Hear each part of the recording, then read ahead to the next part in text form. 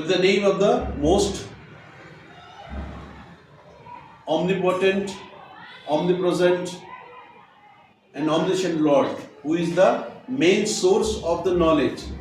तो आज हम देखेंगे इज का अर्थ होता है और इज हमेशा एक के साथ ही आता है।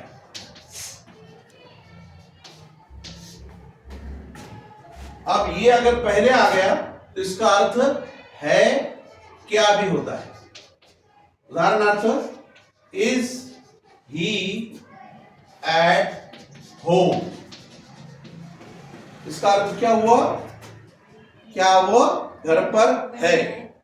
उत्तर, जैसे मैंने आपको इसके पहले वीडियो में बताया था कि प्रश्न में ही उत्तर है। सिर्फ आपको गौर से सुनना है कि इस प्रश्न का अर्थ क्या है। तो प्रश्न का अर्थ आपकी समझ में आ गया कि क्या वो घर पर है। तो इसका उत्तर, ये वर्बल क्वेश्चन है, उत्तर पहले आएगा yes he is eight home. अब इसका उत्तर अगर आपको नो में लेना है तो वही no he is not at home. अब इज, ये तो हमने पहला उदाहरण है। Is she working in the kitchen?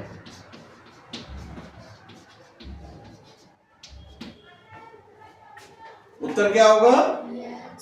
बोलिए yes She is working in the kitchen. in the kitchen। No बोलना है तो No, she No. she is is not not working in the kitchen.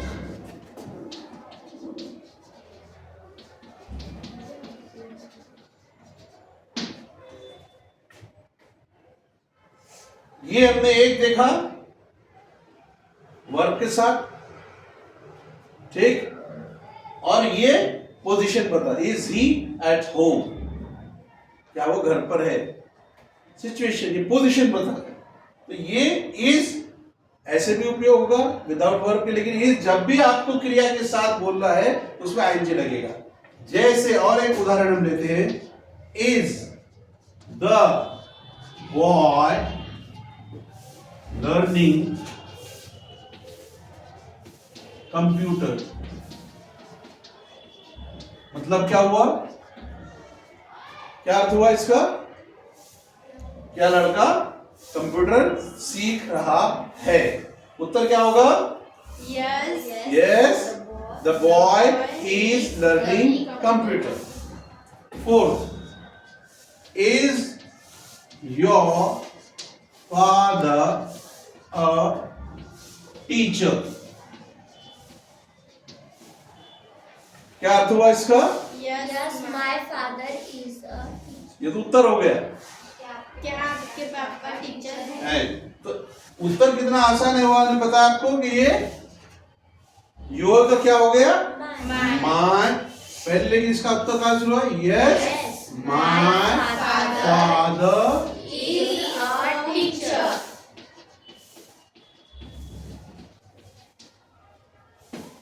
Okay. No बोलना है। No, my father is not a teacher. ये नहीं क्या? Is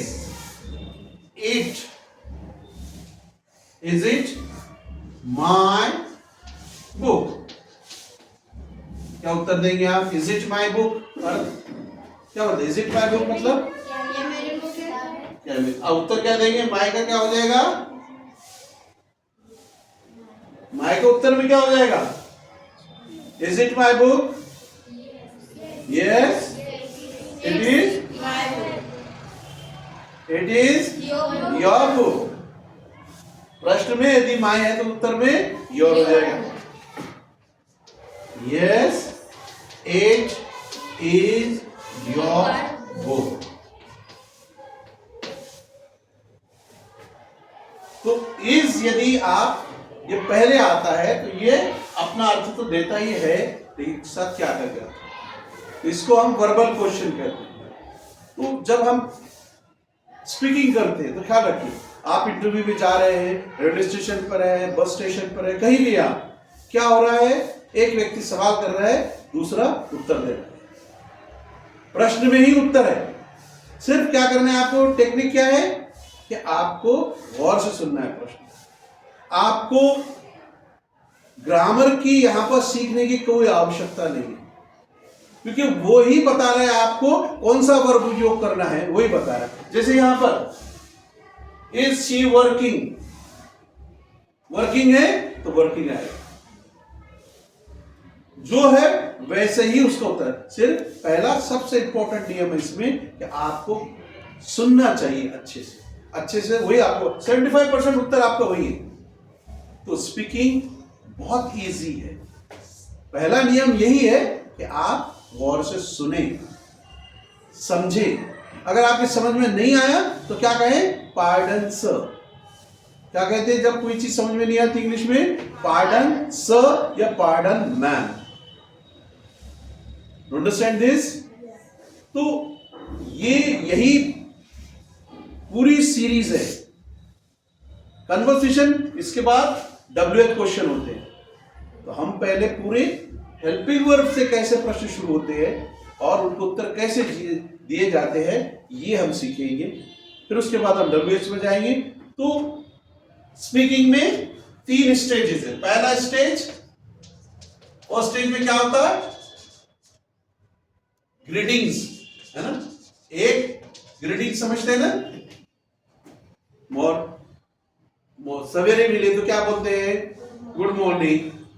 दोपहर में मिले तो क्या बोलते हैं, गुड आफ्टरनून। शाम में मिले, गुड इवनिंग, है ना। ये सब आपको पता है। किसी का बर्थडे हो गया तो आप क्या बोलते हैं, है ना। कोई पास हो गया तो ये पहला स्टेज सबको आता है। सेकंड स्टेज में क्या है, इंक्वायरी, मतलब पूछताछ होती है ना।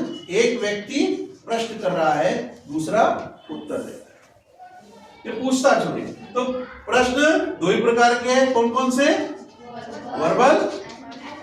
वर्बल क्वेश्चंस और WH टाइप क्वेश्चन, है ना।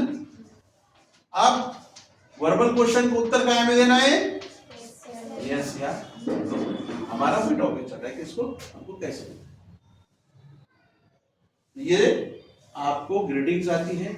इसमें आप अगर आप गौर से सुनेंगे प्रश्न को तो प्रश्न का उत्तर आप यही देंगे। और example, is the sweeper sweeping the courtyard. आप क्या बोलेंगे, is the sweeper sweeping the ground. क्या बोलेंगे उत्तर में, yes The sweeper is sweeping the ground. Are the girls shouting? दीजिए उत्तर इसका, are the girls shouting? Yes, the girls are shouting. और अगर नहीं बोलना है तो, no, the girls are not shouting. are you following? Are you following this lesson? Yes, I am. या सब मिलकर बोले तो क्या बोलेगा, yes, we are following this lesson. Is it very simple? देखिए पहले आपको सिंपल लगना चाहिए और इसी तरीके से जब आप करेंगे प्रैक्टिस तो आपको एक एक करके सीखना। देखिए धीरे धीरे करके हम सीखते हैं, जल्दबाजी हम ना करें। लर्निंग में जल्दबाजी बहुत नुकसानदेह होती है। बूंद बूंद से सागर बनता है। तो हम एक एक शब्द का उपयोग समझेंगे, एक एक वीडियो में देखेंगे और उस तरह से हम सीखेंगे। तो ये हमारा नेचुरल तरीका है सीखने का। और सीखने के लिए सबसे पहले आपका कंसंट्रेशन बहुत आवश्यकता है। फिर उसके बाद कंसिस्टेंसी, मतलब रोज आपको उसकी प्रैक्टिस करना है। आधा घंटा भी अगर आप देंगे तो काफी होगा। ठीक है, चलिए, थैंक यू वेरी मच।